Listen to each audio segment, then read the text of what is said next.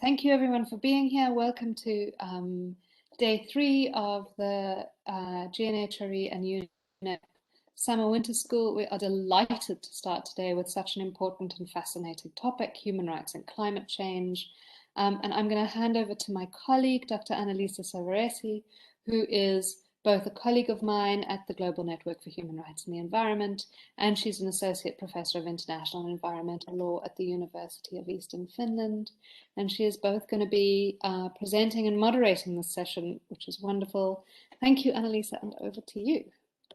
Thanks so much, Dina. Thanks so much, everyone, for being here today, especially Sebastian and Margherita, of course.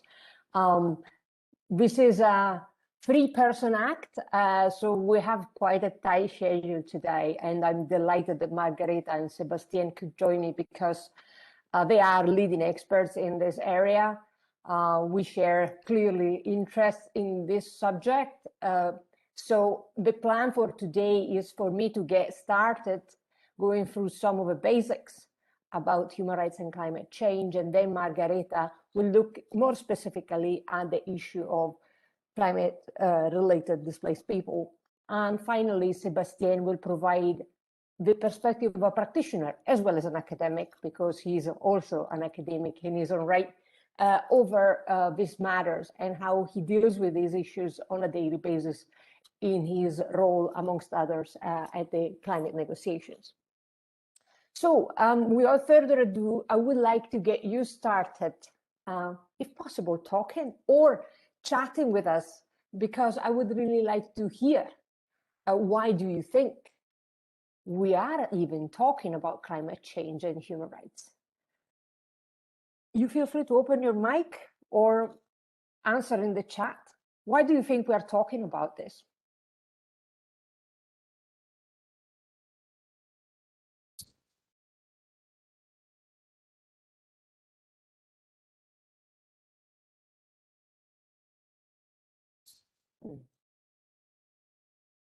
Let's see if I can manage to see the chat. Because you may be typing it. So Lucia says, because it seems unfair.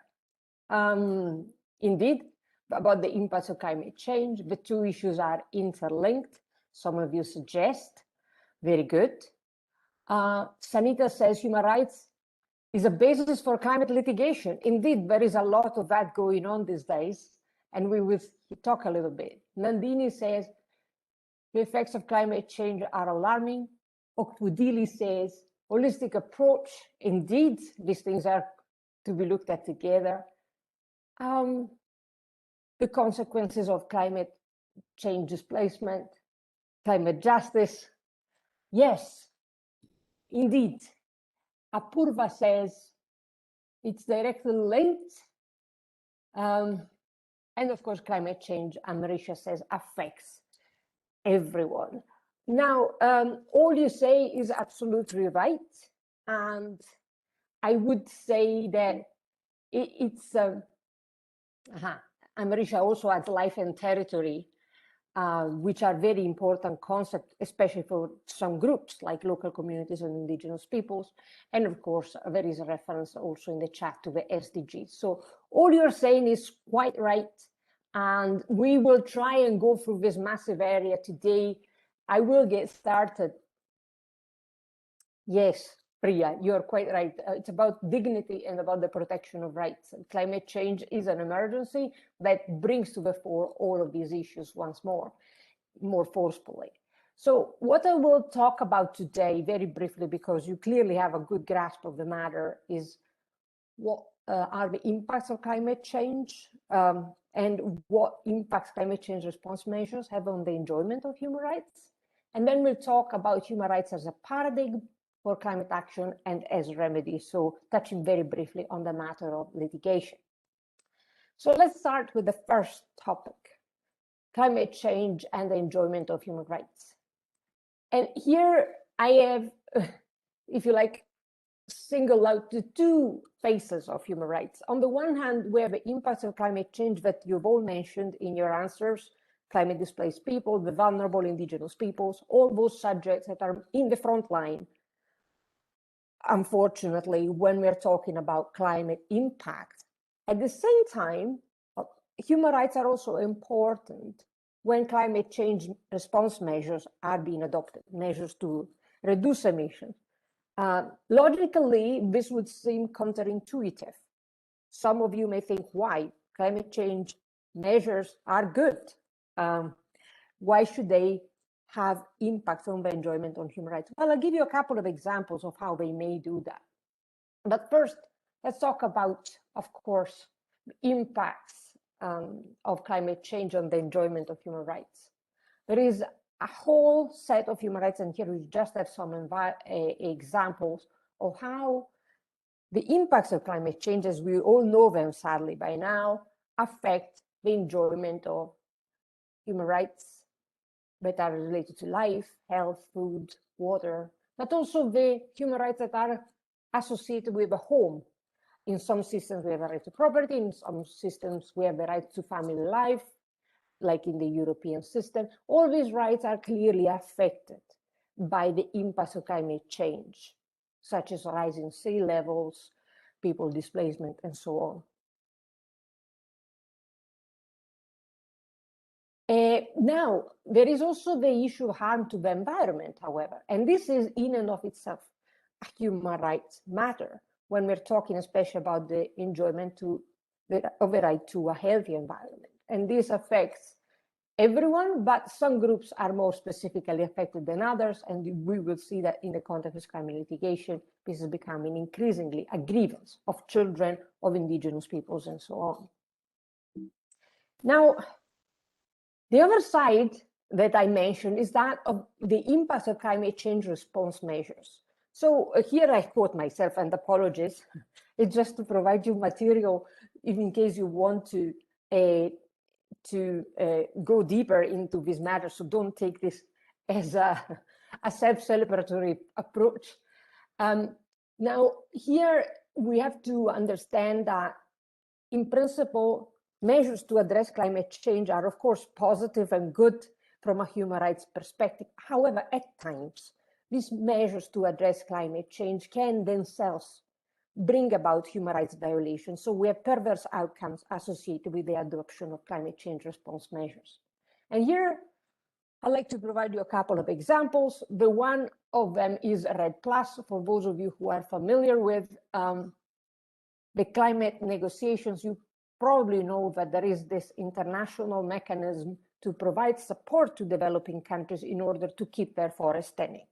From a human rights perspective, this may sound like a good thing. Sadly, when REDD+ got implemented, and even in the lead up to its implementation, all sorts of human rights abuses occurred. And we're talking here about, of course, the rights of indigenous peoples first and foremost, but not only. Various communities around the world started to see their human rights encroached upon through the implementation of REDD policies. And this was, of course, unfortunate, but not unforeseen, because human rights were not duly considered in the process of the design of these measures. The same may be said about the surgence of human rights violations associated with the implementation of renewable energy projects.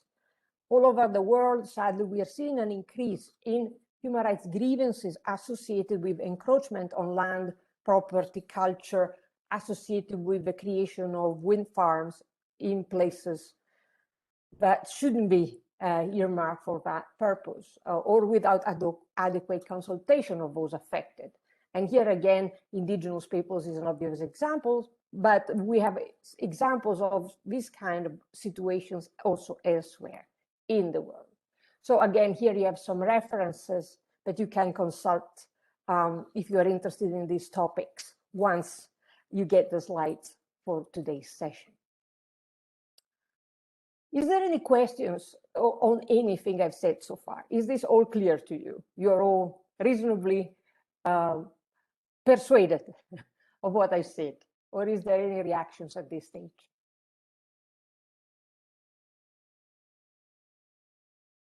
Okay, good. So there is clearly a relationship between climate change and human rights law. And I've already flagged this paper that mentions this issue. when we're talking about international law, we are talking about something that may sound a little bit geeky, but it's important. All states have ratified at least one human rights treaty, and virtually all states have ratified at least one climate change treaty, which means that states have to comply with both sets of obligations. So when they implement their obligations on the climate treaties, they have to keep in mind and comply with their human rights obligations and vice versa. And this is important, and it's acknowledged by the human rights bodies and by the Paris Agreement. There is quite a lot of consensus on this by now. This may not have been the case 10 years ago, but it certainly is the case now. And the Paris Agreement itself, in its preamble, mentions this specific issue. Now, Seb can tell you more about whether or not we can be satisfied with this formulation. But for sure, there is a lot that has happened in the last decade. We have a number of Human Rights Council resolutions on human rights and climate change. The Office of the UN High Commissioner has done a lot of work on this topic, and so have the special rapporteurs that have been appointed over the years by the Human Rights Council, especially, as we will see, the UN Special Rapporteur on Human Rights and the Environment. And finally, international, regional, and national human rights bodies are increasingly looking at the matter of climate change. They see it as part of their remit. This was not the case 10 years ago, but certainly the case now. So this is to summarize, if you like, what I've said so far. What is the role of human rights in the climate emergency in which we are? On the one hand, we have human rights as a paradigm for climate action. And on the other, we have human rights as a remedy. So as an avenue to secure remedies for human rights, for harms that are associated with climate change and climate change response measures. And the rest of my presentation today will address these two matters in turn. And here you have some more literature in case you want to read up on these issues. Now, the first issue is the question of human rights that may be used as a paradigm for climate action. And in this connection, we have important work by the UN Special Rapporteur on Human Rights and Environment. The Special Rapporteur, or rapporteurs rather, have prepared two reports on human rights and climate change. The one in 2016, immediately after the adoption of the Paris Agreement, and the latter in 2019, that further develops and, if you like, from a more normative perspective, really goes into the detail of what a human rights-based approach to climate action means. So what the Special Rapporteur did was to articulate in human rights terms what climate action should do. And in this specific connection, we are, of course, looking at the obligation of states. In this case, the procedural obligations you see outlined in the slide are matched by the substantive obligations of states. So on the one hand, states have to do a number of things, like provide information to the public and those affected on the effects of climate change, provide opportunities for the public to be involved in decision-making, like things like REDD+ or wind farms, over climate policy and climate projects. When rights are violated, they must provide effective remedies to redress and address these violations. And finally, of course, there are a host of issues associated with the rights of freedom of expression and association in relation to climate action, and I'm sure that Seb will tell you a lot more about this. On the other side, we have substantive obligations, which means that, of course, first and foremost, states must address climate change and its impacts, or reduce emissions, adapt to the impacts of climate change. They must cooperate with one another. This is an important articulation of human rights obligations of states. States really have to work together. There are things that states cannot resolve alone. And for this, we have international processes that states should engage with in good faith. And finally, we have, of course, specific obligations related to the most vulnerable. We mentioned children, we could mention the disabled, indigenous peoples, and other groups that are particularly vulnerable to climate change and its impacts. So this is, in a nutshell, a summary of these two important reports of the UN Special Rapporteurs. What is really interesting for us to note is that the 2019 reports also articulate specific responsibilities for corporate actors.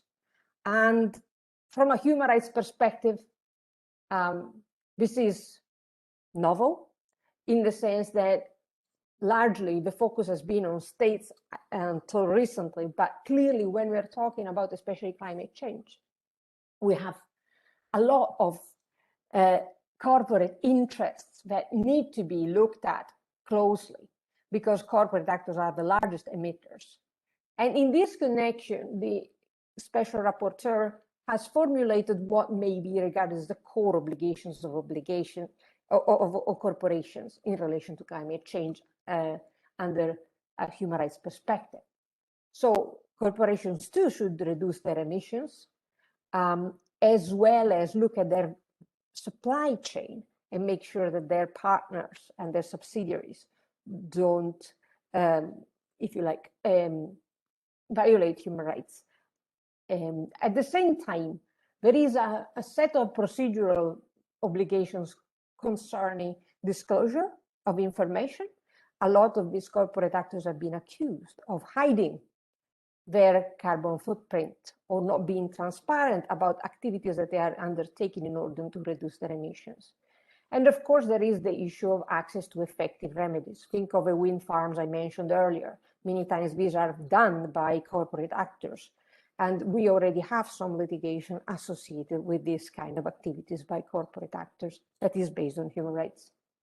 And finally, of course, one important obligation is that to support rather than oppose public policies to address climate change. In the past, sadly, corporate actors were not cooperative, in fact, tried to undermine the adoption of climate policies.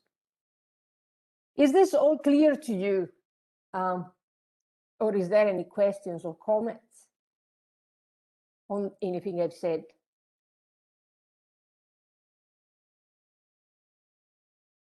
Okay. Is there a special rapporteur specifically on human rights and climate change? Well, people like Seb are working on it. So I hope he will share some of the latest insights on this important topic, because there has been talk around this issue for some time, but the issue has gained new momentum as of late. So we may soon get a UN Special Rapporteur, but I really want Seb to address this issue because he's really in the thick of it, as one says. So what are the advantages of looking at climate change through a human rights lens? Why should we do it? To go back to the question that I started with. Well, clearly, taking a rights-based approach clarifies the obligations of states and businesses, and is helpful to catalyze more ambitious climate action. At the same time, I would argue even more importantly, focusing on human rights really helps us identifying what the weak spots are. When we are doing things like REDD+, when we're doing things about the rollout of wind farms, we really have to use human rights as a lens to understand what the vulnerabilities are and what the injustices and inequalities are. Because we surely must transition, but the transition away from fossil fuel must be a just transition.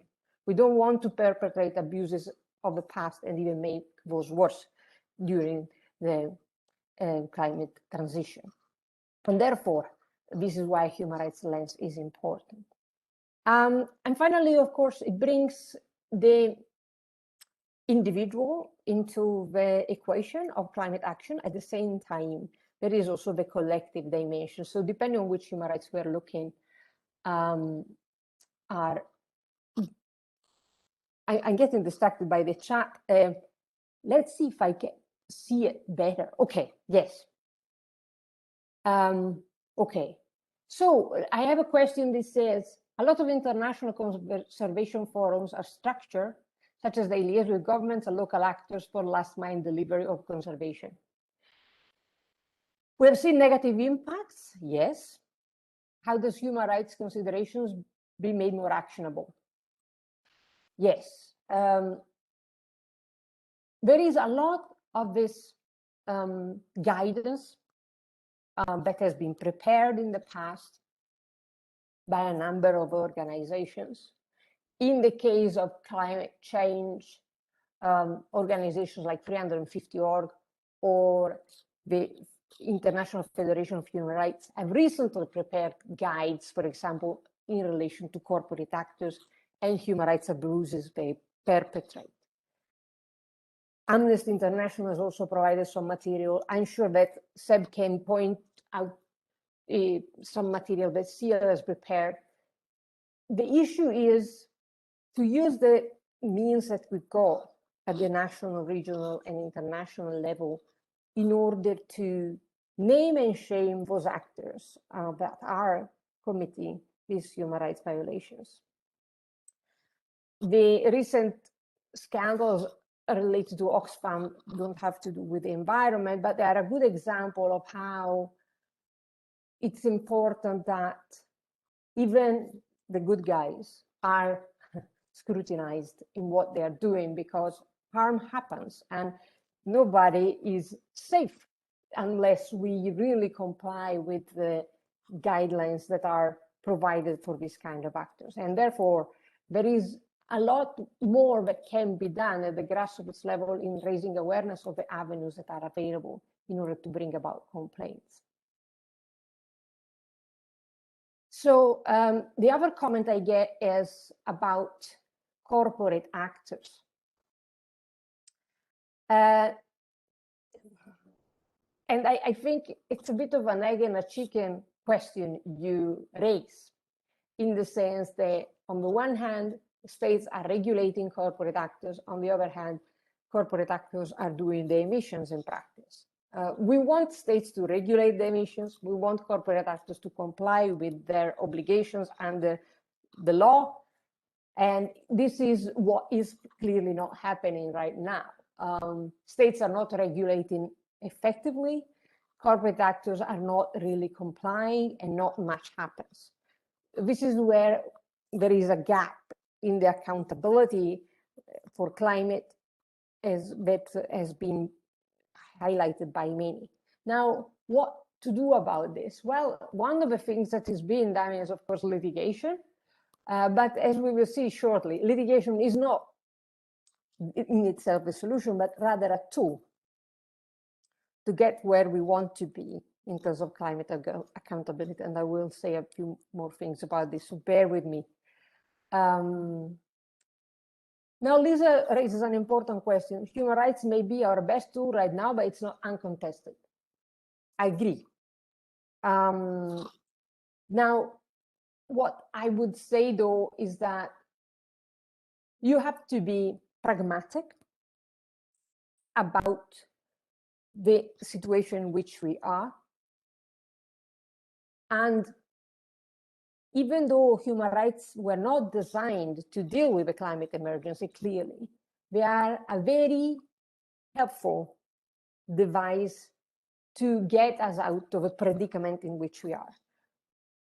Once we have devised better legal tools and remedies to deal with the various issues that the climate emergency throws at us, human rights may go back to a less prominent role in the climate emergency. They will always play a role, but right now they are clearly covering a gap. And I will say a little bit more about this. So again, bear with me for a second. So now let me tell you a little bit about human rights as remedies. And why are we doing this? this is exactly the gap I was trying to describe to you. We've been dealing with climate issues at the international, regional, national level for 20 years, over 20 years now. And still there are deficiencies in the architecture that has been designed in order to resolve the climate problem. We're not moving fast enough. So when the Paris Agreement got adopted, many suggested that now that the law had been made and had been made so deficiently, there was need for litigation on climate change. Why is that? Because the Paris Agreement and many national climate legislation don't really set out sanctions, penalties. They are toothless in the sense that they don't provide avenues to go after the polluters if they don't do what they say. We can't sanction states for not complying with their promised climate action at the international level. We can't really do anything at the national level if climate laws are being disattended. This is the nature of many environmental problems, but specifically important, this gap, when we're talking about climate change. So already in 2019, there was a call to the armies, if you like, to call to the arms by Diane Desierto, saying that international lawyers as well as national lawyers should really do what they have to do or what they can do in order to help addressing the accountability gap that exists in climate law and facilitate the monitoring and enforcement of climate pledges. And this is what is happening. So human rights play a small role in the big picture of climate litigation. There is a lot of climate litigation happening today in the world. There are databases at Columbia Law School and at LSE that take care of compiling this information. What are human rights being used for in this context? They're being used for two things: to complain that certain actions, like the extraction of fossil fuel, leads to human rights violations, and or to complain that failure to implement climate legislation, for example, results in human rights violations. This issue is addressed, amongst others, in the paper that I highlighted here. And most recently, I have compiled a study with my colleague, Joanna Setzer at the LSE, where we looked at this litigation across the board, highlighting the main trends in rights-based climate cases. So the paper is mentioned in a later slide. What I would say is that we don't have a lot of rights-based climate cases yet. About 112 when we last counted around the world, probably more, but this is what is reported in the databases that we looked at. And this is vis-a-vis almost 2,000 climate cases around the world. So we are really not that popular, if you like, in the climate litigation realm. However, these human rights cases are increasing in number, and especially as of late. So who is bringing these cases? So the statistic is from the paper that you see mentioned in this slide. And they are coming from the databases curated by the Grantham Research Institute at the London School of Economics and Columbia Law School. So we combine the data from these two databases, and we got 112 cases.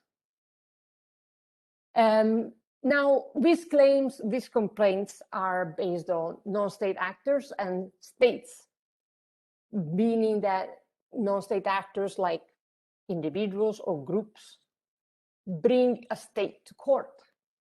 There is also, however, the possibility, at least theoretically, that one state brings another to court. This has not happened yet. And finally, there are claims between non-state actors, the most common scenario being a group of individuals or an NGO bringing corporate actors to court. And we have loads of examples of the first kind, the notorious Urgenda victory in the Netherlands, but also the De Justicia-led complaint in Colombia, the People's Climate case in Europe, most recently the Torrens Islanders case in Australia, and I'm sure that Margareta will mention the latter. Finally, there is the question of corporate actors, and here we have Milieu Defensie, the very spectacular victory recently achieved again in the Netherlands by a group of NGOs against the Royal Dutch Shell, and the Carbon Mayors inquiry in the Philippines. So this is just some examples of litigation that is based on human rights as of late.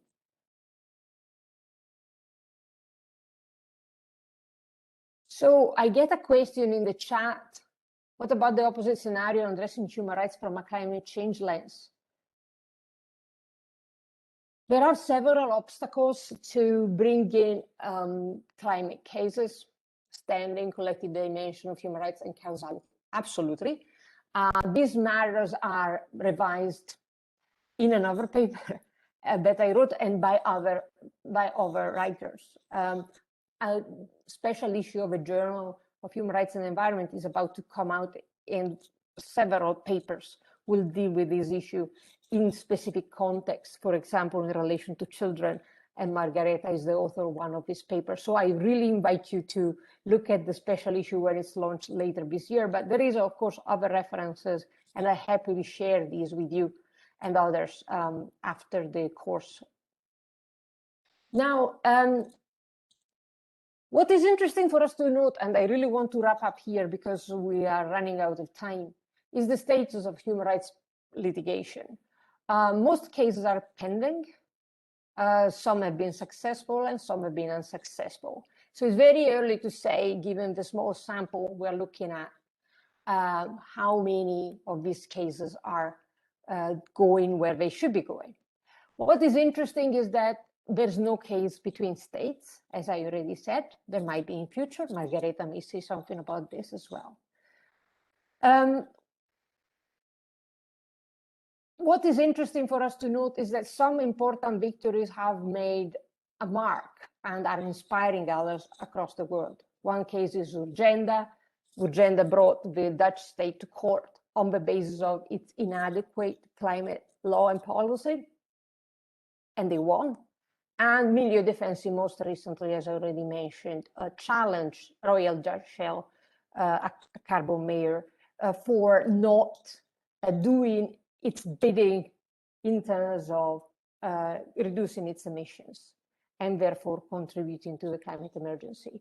Both cases were brought in the Netherlands. There are specificities, as our anonymous commentator says here, that need to be overcome and hurdles to this kind of litigation. So it's not all easy and plain sailing with climate litigation. I don't want you to go out of this seminar thinking that I'm saying that it's all easily done. In fact, the main limitations, if you like, to this kind of litigation, on the one side are the limits to the powers of the judiciary in a given nation, and on the other, there are limits in the legislation itself. This is why the victories in the Netherlands were particularly stunning, and their replicability elsewhere may not be taken for granted. But we shouldn't underestimate the judiciary and its desire to contribute to the climate emergency. So we've had examples of the judiciary being creative and looking at its powers and at the limits of legislation in a way to enable these lawsuits to go through. Now, I would like to wrap up and say a couple of final words before I give the floor to Margareta. Human rights are clearly key to address the climate justice, the justice questions associated with the climate emergency. This is going both ways. It's going both ways in the sense of dealing with the climate emergency, but also dealing with the human rights impacts associated with climate change response measures. human rights provide remedies where none are available, and this is often the case. They are not perfect remedies. They're not designed to deal with climate-related aspects, but they are often the best or only thing we have. What is important is that lawsuits like Urgenda or Milieu Defensi are changing the attitude of lawmakers and of the judges themselves. And this is exactly what we need in this climate emergency. We need the lawmakers to really get their act together and do more and better than they've done so far. So in a nutshell, I would argue that human rights are crucial to bridge the accountability gap that we have in climate law today. And I really would like to say more, but I will not because we're running out of time. So I thank you all for listening and give the floor to Margareta because the last question that Dini asked is about climate refugees, and she will be talking about these issues. So thank you so much for listening. And Margareta, the floor is yours now.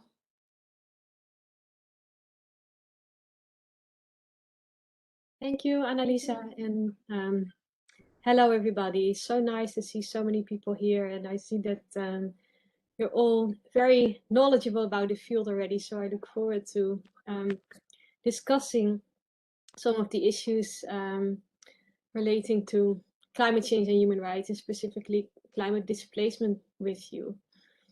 I'm going to try to share my screen with you.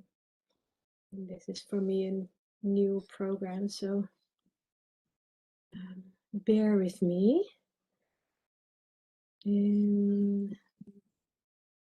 Play from start. Is this working? Slideshow. Is the view okay for you all? Looks good. Okay, fantastic. Oh, and I can see your responses in the chat too. That's fantastic. Okay. So what I'd like to do in the next, well, let me try to stick to 25 or 20 minutes so that I don't use up Sebastian's time. I'd like to analyze the links between climate displacement and human rights, inquire into protection and accountability gaps, and evaluate the role that rights-based climate litigation is playing in filling these gaps. Annalisa already mentioned this trend of people going to courts to challenge action and inaction related to climate change. So there are a few cases now that specifically touch on climate displacement. We'll discuss them. So what is climate displacement? It is understood as the involuntary or forced movement of people that results from the effects of climate change. You have to pardon me for 1 second because I have a small baby. I think he wants to join me here.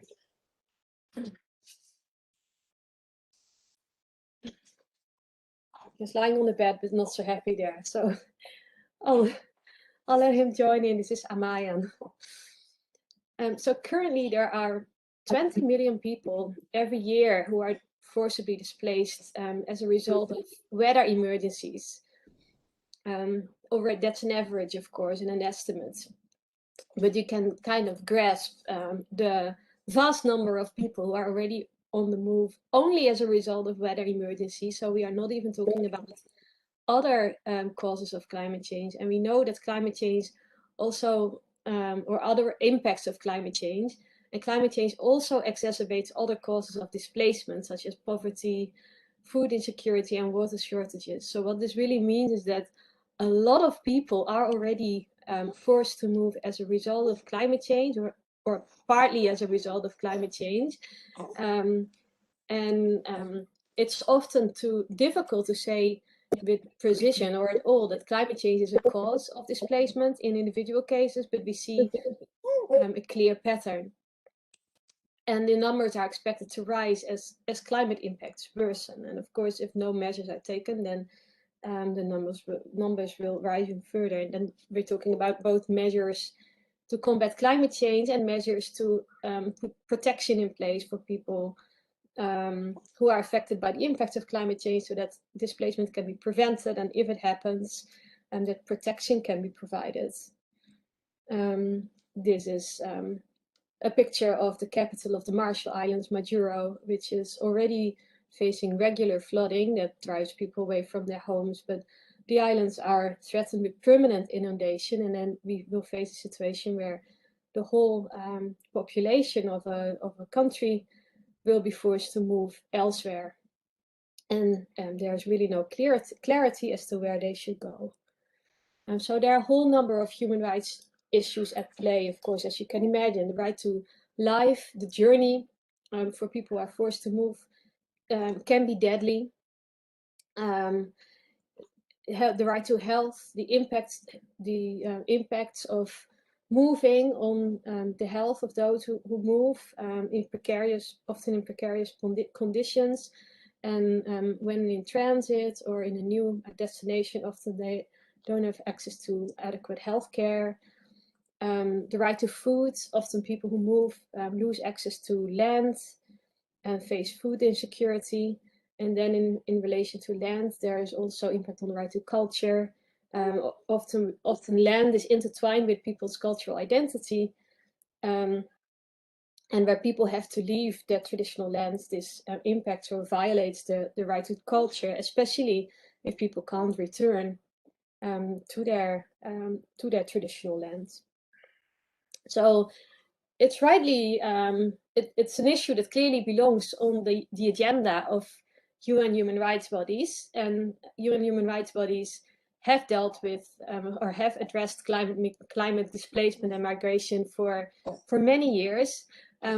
It's impossible within a short time to discuss all of the practice that is there already on climate displacement and human rights, but I'll highlight a few key moments. So one of those moments was the adoption of a resolution from a Human Rights Council in 2017 on climate change and human rights. Annalisa already mentioned that the Human Rights Council has adopted numerous resolutions. I think it's now 10 or 11. Seb will be able to say with certainty. Resolutions on climate change and human rights. And one of those specifically dealt with climate displacement and human rights.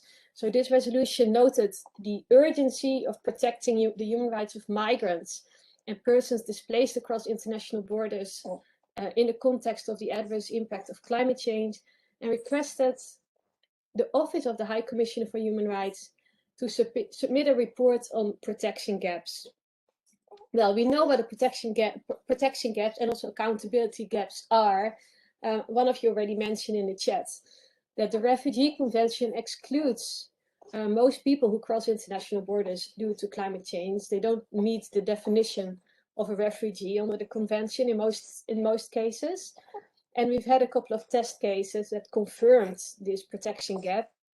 So citizens of Kiribati and Tuvalu, two Pacific Island nations, try to claim asylum status, refugee status in Australia and New Zealand, and their claims were dismissed.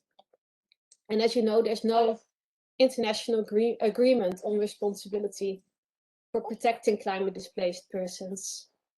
And when it comes to internally displaced persons or IDPs, they depend entirely on their own territorial state for protection, and those are exactly the states who have the least resources often, the least capacity to adapt to climate change, and are also the least responsible for causing climate change. So there's also an accountability gap in the sense that those who are really responsible for the root causes of the problem are not being held accountable for the violations of the rights of those who suffer the consequences.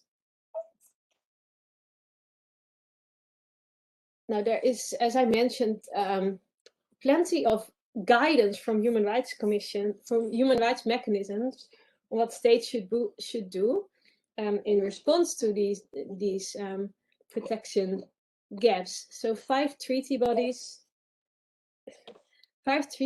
issued a joint statement on human rights and climate change in 2019, where they pointed out that states must address the effects of climate change as drivers of migration, so mitigate and adapt, and also offer complementary protection mechanisms, so complementary to protection on the refugee law, and temporary protection or stay arrangements for migrant workers. high-income states should support adaptation and mitigation efforts in developing countries, and states must cooperate in the establishment of global responses. So I'm going to jump to the litigation side, because this is where we can discuss a little bit, and then I can listen to you while I spend a few minutes focusing also on this little human being. So the case of Taita versus New Zealand is one of those cases that I mentioned, that was where a citizen of Kiribati tried to claim refugee status in New Zealand. The case was found, and he did that because he argued that he could not return to New Zealand because of climate change. He argued that he essentially was a climate refugee, and the New Zealand would violate his right to life if he would be deported to Kiribati. So the case was found admissible. Oh, God. The case was found admissible. The Human Rights Committee said that Mr. Taita had substantiated the claim that he faced upon deportation a real risk of irreparable harm. But the committee did not find a violation, even though he, at the time when it dealt with the complaint, Mr. Taita had already been deported back to Kiribati with his family. But there was no violation of the right to life, according to the committee, because it found that New Zealand's risk assessment was not arbitrary or erroneous. There was no denial of justice. So what the Human Rights Committee is doing here is setting a very high standard, or very high threshold for finding a violation. And it noted, it on the facts that acknowledged that it was likely that Kiribati would be uninhabitable within the next 10 to 15 years. It recognized that as fact, but then it said that means that there are still intervening acts that can be taken. So, for example, the inhabitants, the people of Kiribati could move elsewhere, and then there would be no threat to their, no imminent threat, at least, to their right to life. As a very important aside, though, the committee did say that in some circumstances, life-threatening climate impacts may be a bar to deportation. So, in other words, if the impacts would have been more immediate or more severe, there could have been a violation in this case. But it was not yet, the bar had not yet been crossed. However, two members of the Human Rights Committee disagreed with this finding. The first is committee member Vasilka Sanchez from Slovenia. She pointed out that the committee was essentially putting the burden of proof here on the victim rather than on the state. And she said the state should have provided evidence that Taita's family had access to safe drinking water in Kiribati, and they didn't do that. And therefore, it looked as if there was a violation of his right to life, and including the right to life with dignity. And then Ugandan committee member Duncan Laki Musa issued an even stronger dissenting opinion, where he warned of the risk of there being climate apartheid, so people being treated differently for really arbitrary reasons. And because the reasoning, essentially the reasoning of the committee was that Mr. Taita didn't face a risk that was different from the risk faced by other people in Kiribati. Most people, if not all people in Kiribati, faced these risks that Mr. Taita cited as the reason for his wanting to move to New Zealand and seeking protection in New Zealand. So what he wrote in his dissenting opinion was that New Zealand's action is like forcing a drowning person back into a sinking vessel, with the justification that after all, there are other voyages on board. Now my question to you, do you agree with the committee's views? And probably a strong consideration here is that granting the claim of Mr. Taita could open the so-called floodgates. So it would render a whole number of people, maybe hundreds of thousands, maybe millions of people, eligible for protection under the ICCPR, the International Covenant on Civil and Political Rights. People who are forced to move because of the impacts of climate change. Or do you agree with the dissenting opinions, and why? Let's discuss that first.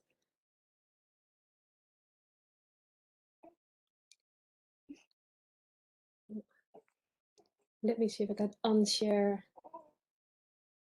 my screen. Feel free to open your mic or use the chat.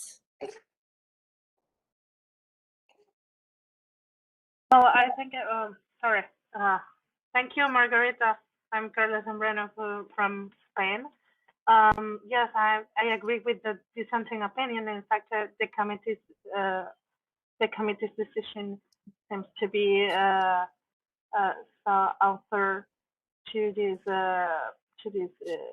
this family, to Taita's and family, and obviously I agree when one of the judges says that in fact this is something that is going to happen, and we cannot reverse it. The climate change has a non-return point, and this is a really harm to this family. So the scarcity of water, and obviously the pollution of water affects to the lives of this family. So I think that probably the dissenting opinion seems to be further than the decision of the committee. Thank you for your presentation. Thank you for your answer. So you are essentially saying the committee needs to apply the law to the facts. Period. The facts establish a violation, and the committee needs to then acknowledge that. Oh, really? Yes. Is there anyone else who would like to speak on this? Yes, hi, good morning, Margarita. I'm also a young mum and tuning in to think of something else than baby this morning. So thank you very much. And then you have a baby on your screen. But still, no, I'm in awe of what you're managing to do. What I was thinking, and I haven't had time to think this through properly. By the way, my name is Olivia, and I live in the UK. I work for a small NGO called Legal Response International.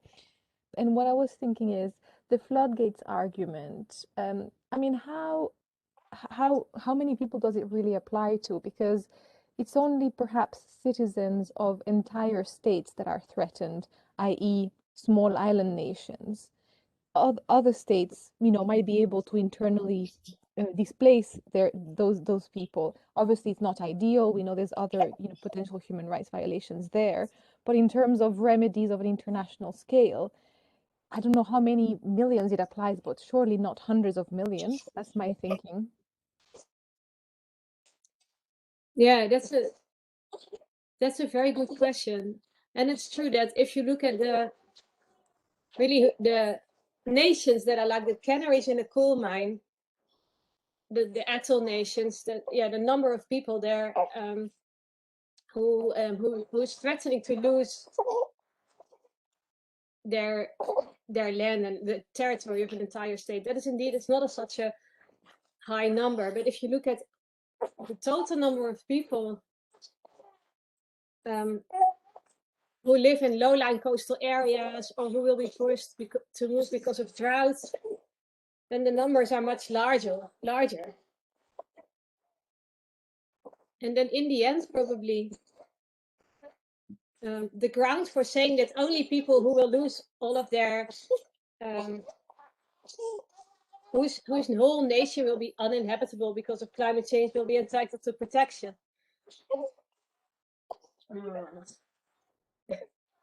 I think baby wants me to hand over to Sebastian. So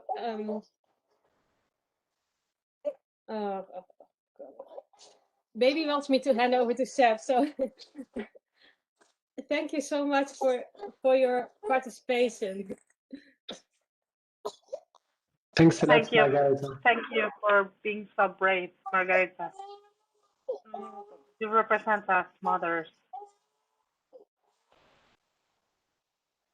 So then maybe I'll take it from here to allow Margareta to focus on the most important at the moment. But thanks a lot. It's very difficult to follow both the amount of expertise that the previous two panelists have shared, but also this impressive balancing of different sets of priorities. So just wanted to start by thanking the organizers for putting this course together, because knowledge is power, and I think it's particularly important nowadays to really share as much as possible the kind of recent developments that we see in relation to human rights and the environment, and how we can use it as lawyers, as scholars, as also advocates. There's so much happening at the moment on such a broad diversity of human rights and the environment related themes that the course is extremely timely. And I feel really humbled to join this panel with two extremely knowledgeable experts that have actually done a lot of the work, not just to explore the conceptual boundaries, but also really actually to be at the core of some of the initiatives that have contributed to bringing us where we are in 2021 in relation to human rights and climate change. That is this place where we are no longer discussing conceptual and abstract linkages, but we are really discussing now what a set of institutions are doing, what different actors are, how different actors are acting on those linkages. So I will have a brief presentation, and as Margareta and Annalisa, I hope to keep this as also an interaction, recognizing that actually some of you in the audience have probably more knowledge than I have on those linkages.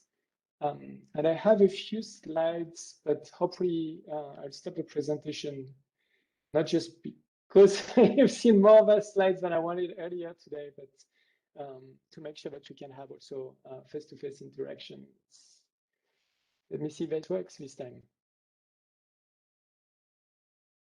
Up. All right. So I'm going to be, I hope you can see the presentation, it seems so. I'm going to address human rights and climate change from an advocacy practice.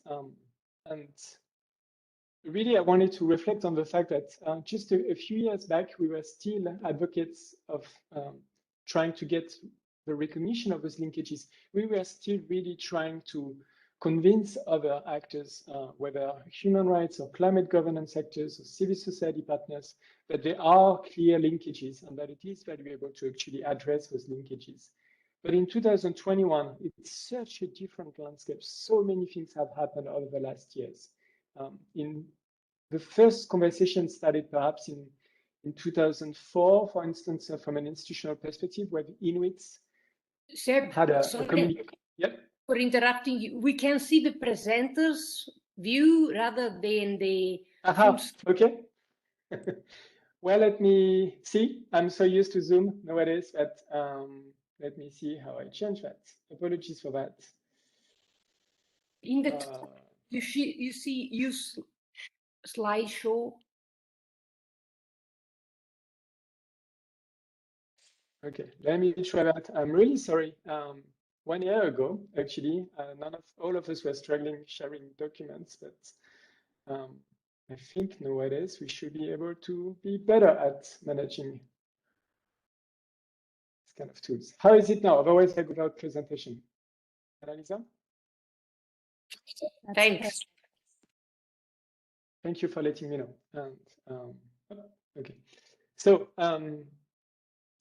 I'm going to focus basically on three main themes, and I hope to leave some time for the chat. I try also to pay attention to some of the discussions that took place in the chat. And I will try to bring a little bit of a practice perspective as well to reflect on kind of the concrete experience that us advocates have been facing when trying to really promote those linkages. And I will focus on three sets of actors: civil society, human rights institutions, and climate governance institutions. So first, why use a human rights narrative as advocates when There are already so many different languages and narratives being used when we try to discuss the issues related to climate justice. There are so many perspectives and struggles that actually come together in this one collective vision and priority that we have at the moment. And how do we make sure that basically we avoid the kind of bubble-like situation where so many parallel movements that use different frameworks or frames of references that we struggle to speak a common language. And I will argue that this is partly something that the human rights framework can help us do. It's connecting parallel struggles, whether it's from a gender perspective, an indigenous rights perspective, a trade union perspective, concern about just transition.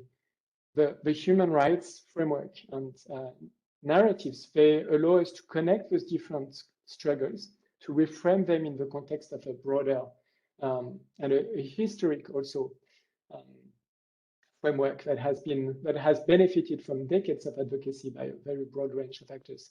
And it also allows for an intersectional approach, actually combining those different struggles that are very clear in the context of climate injustices and actually seeing the intersectional dimensions on how actually we are facing a multi-layered crisis based on discrimination, marginalization, limited access to power.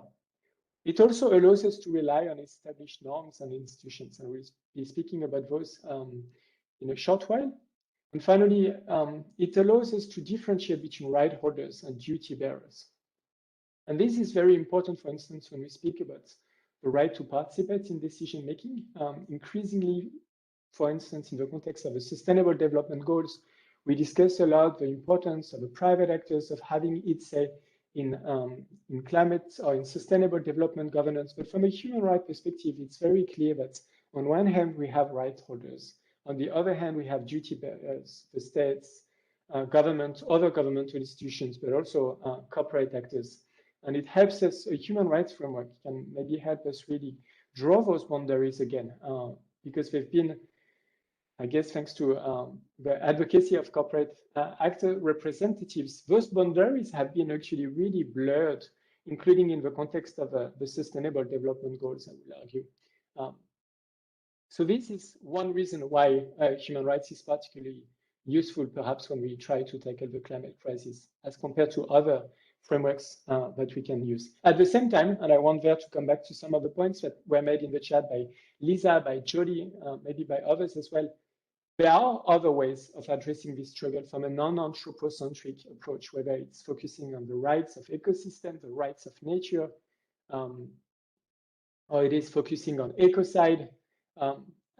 I think we should not see those different struggles as opposed one against another, but rather pointing all into the same direction, the need to decolonize our judicial or legal frameworks and making sure that our law reflects actually the very basic recognition that we all depend on this living planet, and that this is really the baseline for our societies to prosper. We have been able to actually recognize the rights of corporations. Why is it so difficult to recognize either the right to a healthy environment from an anthropocentric approach or even the right of ecosystem? That's clearly a major question at the moment, but we see developments, whether it's on towards the recognition of the right to a healthy environment, the rights of future generations, or duties of a state towards future generations, whether it's the right of nature and ecosystem from an ecocentric perspective, or even the recognition of crimes related to ecocide. So those, I will argue, are just all kind of parallel struggles to really broaden, and not just broaden, but actually make sure that our legal frameworks are in pace with the recognition that ecosystems are really critical for human societies. And yeah, from a civil society perspective, actually bringing this broader sort of right-based approaches actually allow us to perhaps speak all in one voice without blurring the lines between different struggles, but really bringing trade unions on board, indigenous peoples, women rights representatives, and gender advocates, the advocates of persons with disabilities, and all being able actually to support each other with a framework that allows to bring all of those claims together. I just wanted to reflect very briefly on what happened in Paris in 2015 7 groups that were advocating for different right-based or rights-related issues came together and formed a kind of informal coalition to advocate for the inclusion in the language of the Paris Agreement of references to human rights, indigenous rights, gender equality, intergenerational justice, food security, just transition for worker, and ecosystem integrity. And what we agreed is that we will all do our advocacy in parallel because we are all the best in the best position to speak about our own struggles. But every time we will flag that actually recognizing gender doesn't make sense in the Paris Agreement if you don't also mention the rights of indigenous peoples. And the same about the importance, yes, of recognizing the imperative of securing food security, but also making sure that we link this to the just transition. So this was a very interesting expense, I think, for a lot of groups really working together, each one of us with our own frames, but actually really aiming in the same direction with this kind of a joint language. At the end, if you look in the Paris Agreement, all of those 7 dimensions that we were advocating for, they're all reflected in the same 3 paragraphs of the Paris Agreement preamble. Our objective was different. It was to seek a recognition of those in the operative text of the Paris Agreement. But as Annalisa mentioned, at the end of the day, all states have already recognized human rights and have recognized human rights obligations in human rights instruments. Annalisa mentioned that all states have ratified at least one human rights instrument. Actually, we looked at that at the time of Paris because there was a question of that state posed to us. And I can say all states except Niue and another very small Pacific island state have recognized at least 4 human rights instruments, actually. So there is a broad legal basis that we can build upon. Now, once we have a common language for advocacy, what is the contribution of human rights to our struggle to climate justice? We're really running out of time, so we cannot just take detour in our struggle towards climate justice. We need to use the most effective tools at our disposal to make sure that we actually catch up with this imperative of decarbonizing our societies.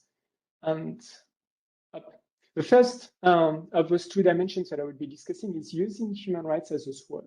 So it is using human rights to get things done that are not happening otherwise.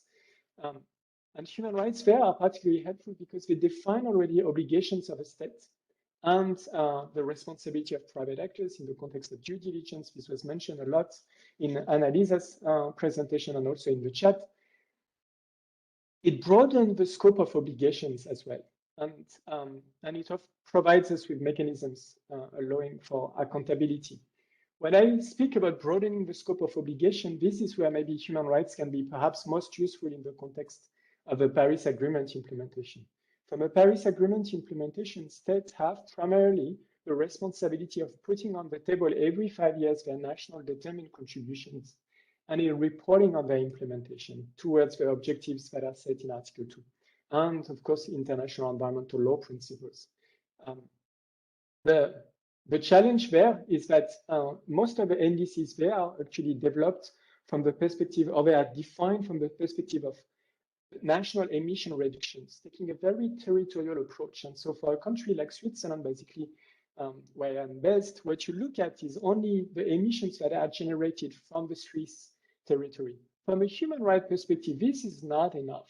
The state has to take all actions available to regulate private actors under its jurisdiction to prevent foreseeable harm in a proportionate manner, or like with some balancing acts, of course, and we can discuss this balancing, but this means all sources of potential harm and all potential incentives that actually contribute to harm.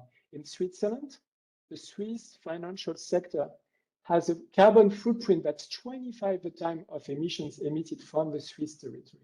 So this is where human rights become perhaps actually much more helpful than just the climate agreements that we have that are completely blind to the entire fossil fuel supply chain.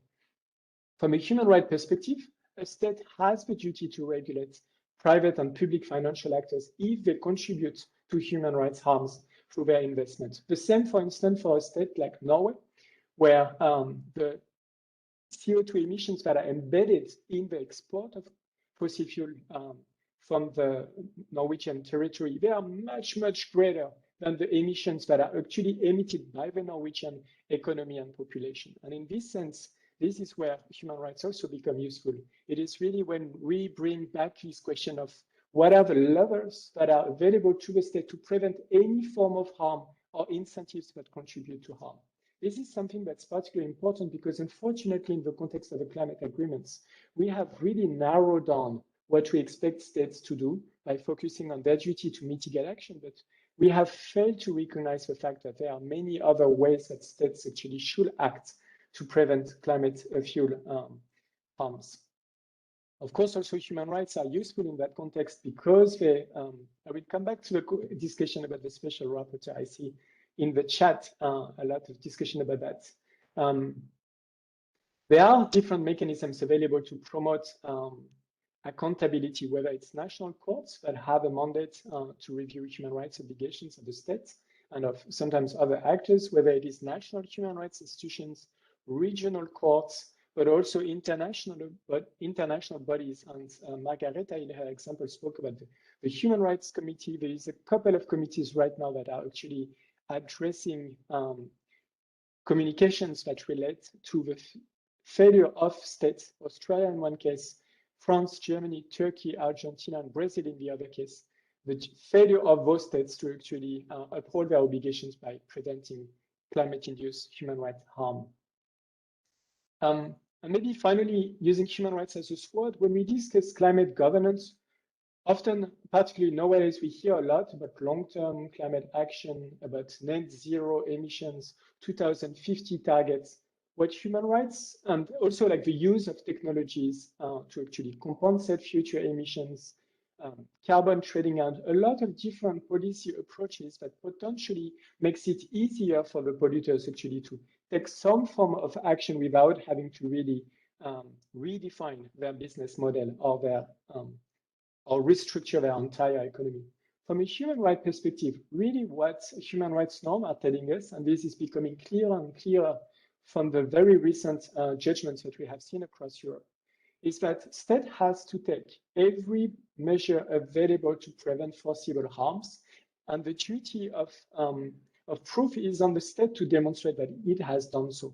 So if a state wants to claim that it will take long-term, decarbonization measures and aim at net zero by 2050, that's very interesting. But what is key from a human rights perspective is understanding what is the state actually doing today and in the short term to really decarbonize its economy and prevent contributions to climate change in line with the best available science. If the best available science is that right now we don't have those negative emissions technologies, then this is for the state maybe to factor in at a later stage, but right now we need decarbonization pathways that are really just built on what is available to us and that doesn't transfer a burden to future generations to put in place more radical action. This is something that human rights is very helpful because in the context of climate governance, climate science, technologies, solutions are being discussed in such ways that sometimes make it hard to focus on the short term, on the actual emission reductions, rather than focusing on more long-term perspectives. Just one example to come back to the practice dimension is really the Norwegian case. That's one litigation example. Unfortunately, we have faced 3 decisions that have been negative to some respect. Some of those decisions at like in 3 different level of jurisdiction in Norway. Some of them contain very interesting elements, as most of you, I guess, know. Even if the answer of the court at the end is not the one you wanted, often in the legal argumentation, you will still see a lot of progressive steps that judges will adopt. I wanted to mention this case because it's really an illustration of how actually human rights are used to go beyond what the Paris Agreement really requires in its wording and the obligations that are defined, particularly under Article 4, that's about mitigation. But really, in the case, what's at the core of the case is the fact that the Norwegian government is really working hard to decarbonize its own economy, while at the same time going frantic about putting as much oil and gas on world's market as it is feasible for its industry. And this is what is at the core of this case, the fact that actually the state has the duty to regulate private actors, cannot just put in new licenses by turning a blind eye on the fact that any oil that's exported from Norway, of course, will result in an increase of emissions, because that's the only thing that you can do with oil once you imported it, is to consume it and to leading to emissions of greenhouse gases. So that's a very interesting example of how we litigators and advocates are using human rights to go beyond just this discussion about how many electric cars Norway needs to have, and addressing the core of the problem in this country, which is really the fact that actually the country at the moment is schizophrenic between its own domestic climate policies and its support to the fossil fuel, the global fossil fuel industry, in a way that few other countries actually are. The same for Switzerland in relation to its financial industry, and we could name many, whether it's the coal export of Australia or the investments that other, or like in France, for instance, the fact that the French state has certain kinds of targets, while at the same time it is doing very little to regulate a partly publicly owned company, Total, in just investing more and more in fossil fuel. Just moving to my last point so that I can come back to the chat, and I will focus on human rights institutions here. The final dimension that I wanted to highlight is really human rights as a shield to protect communities, actually. So it is not just about the scale of climate action and what type of climate action needs to be implemented for the sake of protecting us from climate harms, but it is also actually how do we bring people back into the discussion about solutions. The first key element there is protecting communities and people against harms that are caused by climate action. Climate action brings a certain sense of urgency, of imperative. We need to take climate action now because we are so close to the edge, unfortunately, or we are past the edge to some extent. And so the key question there is, how do we make sure that this kind of narrative of urgency is not actually leading to empowered corporations, for instance, to actually impose their own projects, harming communities? There was a reference to fortress conservation in the chat earlier, where conservationists will come and basically protect an ecosystem by pushing away or disregarding the rights of communities that have lived in this environment for a long time and have probably actually demonstrated a lot of stewardship towards their ecosystem. Same kind of question we face in the context of climate action. Renewable energy is great, but it cannot come at the expense of the rights of indigenous peoples that live along rivers that are being dammed, or that cannot come at the expense of fisher folks or peasants that actually live in areas where wind farms are being constructed. You can reconcile both, but we need to make sure that climate urgency is not used as another opportunity to strengthen corporate abuses. Also, human rights can be very helpful to make sure that as we are facing this unprecedented struggle to address climate change, we can actually do so in a manner that really addresses some of the existing inequalities and sources of discrimination. Can we actually revolutionize our transportation system in a manner that is safe for women? It is not just putting more buses on the roads or electrifying individual cars, but are there ways that we can make sure that actually this is really taking place from a gender equal perspective to make sure that we actually remedy to decades of or centuries of imbalances, discriminations. And this is where human rights existing norms and actually also an understanding of how we are supposed to do this balancing between certain policy, societal objectives and the fight against discrimination, how this can be so helpful. And of course, human rights can also help us to tip the scales of justice in this sense by empowering people to participate effectively in defining climate responses. I will not go into this in much depth because I think you'll have 2 additional lectures today in the summer and winter school addressing particularly those issues related to the rights to public participation, and of course that comes with the right to access to information and access to judicial remedy. Okay, that's not the picture I had expected here. So let me just address one discussion that was in the chat earlier on, the question of actually a special rapporteur on human rights and climate change. There is none at the moment. Margareta mentioned the role of a Human Rights Council in tackling climate change. It adopted already 10 resolutions on human rights and climate change. And for now, we have seen incredible work conceptually, but also working to support individual communities, people affected by climate change and by climate action, by the 2 UN Special Rapporteurs on Human Rights and the Environment, Professor John Knox and Professor David Boyd, but also by a lot of other special rapporteurs, including the special rapporteurs dedicated to the rights of elderly, the right to housing, the right to food, the right of indigenous people, extreme poverty. A lot of those other special rapporteurs, on top of the amazing work by John Knox and David Boyd, have also covered a lot of ground in exploring the linkages. Now, a lot of civil society, I will try to put in the chat the link to the sign-on letter, but a lot of civil society organizations are coming together. Let me try to stop the sharing of the screen so we can go back to almost seeing each other. If I find a way to do that. Here, sorry.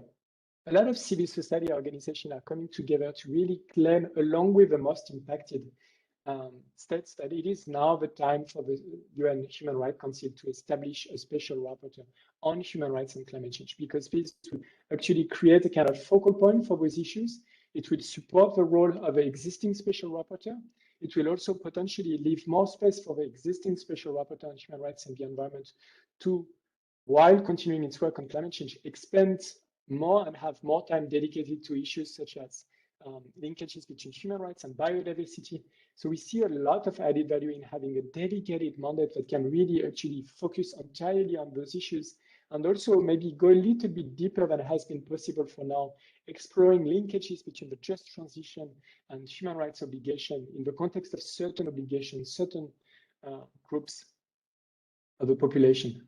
I see a lot of questions in the chat, and Dina came also on video, so I will try to maybe address a few of them. If you have any comments that you still want to add, please don't hesitate to use the chat for the next couple of minutes. Dina, did you want to come in now? No, I just thought maybe you wanted to see a face.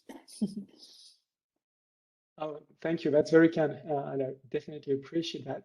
Really looking forward to having more face-to-face interactions with a lot of you. I had a final slide that I took away just for the sake of time, but with the sentence, to change everything, we need everyone. So that will really be my message, is that a lot of ground has been gained actually on acknowledging the linkages, the challenges, the opportunities that bridging human rights and climate governance brings. And we really need to continue actually working closer together, all of us, advocates, institutions, academics, to really actually accelerate, because we're really running out of time. But at the same time, we have fantastic opportunities if we can only size those, to make sure that these unique and unprecedented challenge that we face, decarbonizing our economy, can be actually taken as an opportunity to challenge the patriarchal model of economy, puts indigenous rights at the core of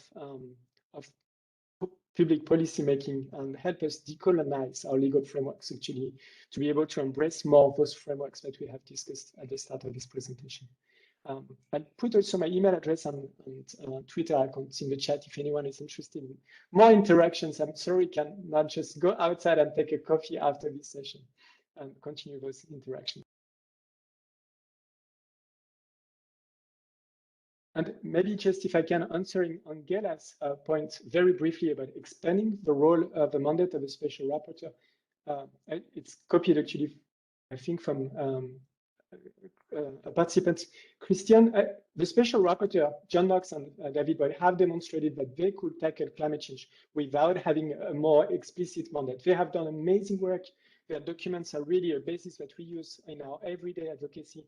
I could not be more grateful to their contributions so far. So I don't think that there is much more that could be obtained to broaden their mandate. At the same time, there's so much more that should be happening, I think, on those issues, so much more work, whether it's on climate change, on other issues that those special rapporteurs have tackled, that what we see is that adding a special rapporteur is not taking anything else. Everyone agrees that it is not about taking the, this focus away from the current mandate holder on human rights and the environment. It's just adding more capacity, having someone who can interact more. And from a climate governance perspective, I can say also sometimes when you go to the climate conferences, for instance, the COPs, and you speak about human rights and the environment, negotiators are telling us, the environment, it's not me, I'm just on climate, and human rights, it's even broader. If we could have someone who has a UN title, human rights and climate change, it might already resonate with them a little bit more, because it's not just a question of now-mindedness, but also just the overwhelming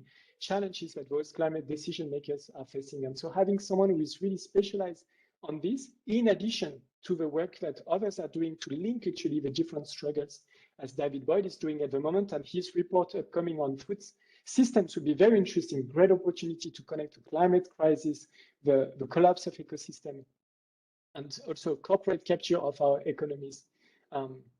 It would be great to have this in complement, if that makes sense. I'll try to be quick enough, or maybe ask some of the other members of my organization to paste the link in the chat if we can, about the sign-on letter by which civil society organizations are asking for mandate holder to be established within 3 weeks at this great session of the Human Rights Council, so that we can have one additional authoritative voice on top of the existing ones.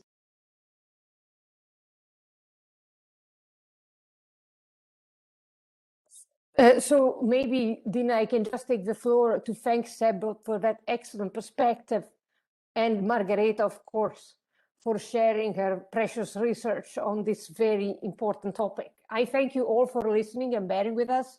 I don't want to go over time. I've shared some information via the chat. You can Google us. We all have distinct names and you will find us. So don't hesitate to get in touch, because we are very happy to connect with you and discuss what questions you might have. Thank you very much, Dina and Angela, for organizing this, and enjoy the rest of the program if you are enrolled in other modules. Thank you so much, everyone. Thank you, everyone. Thank you to our 3 fantastic panelists. That was incredibly interesting and a fantastic start to this day. Thank you to all our participants for your really engaging questions.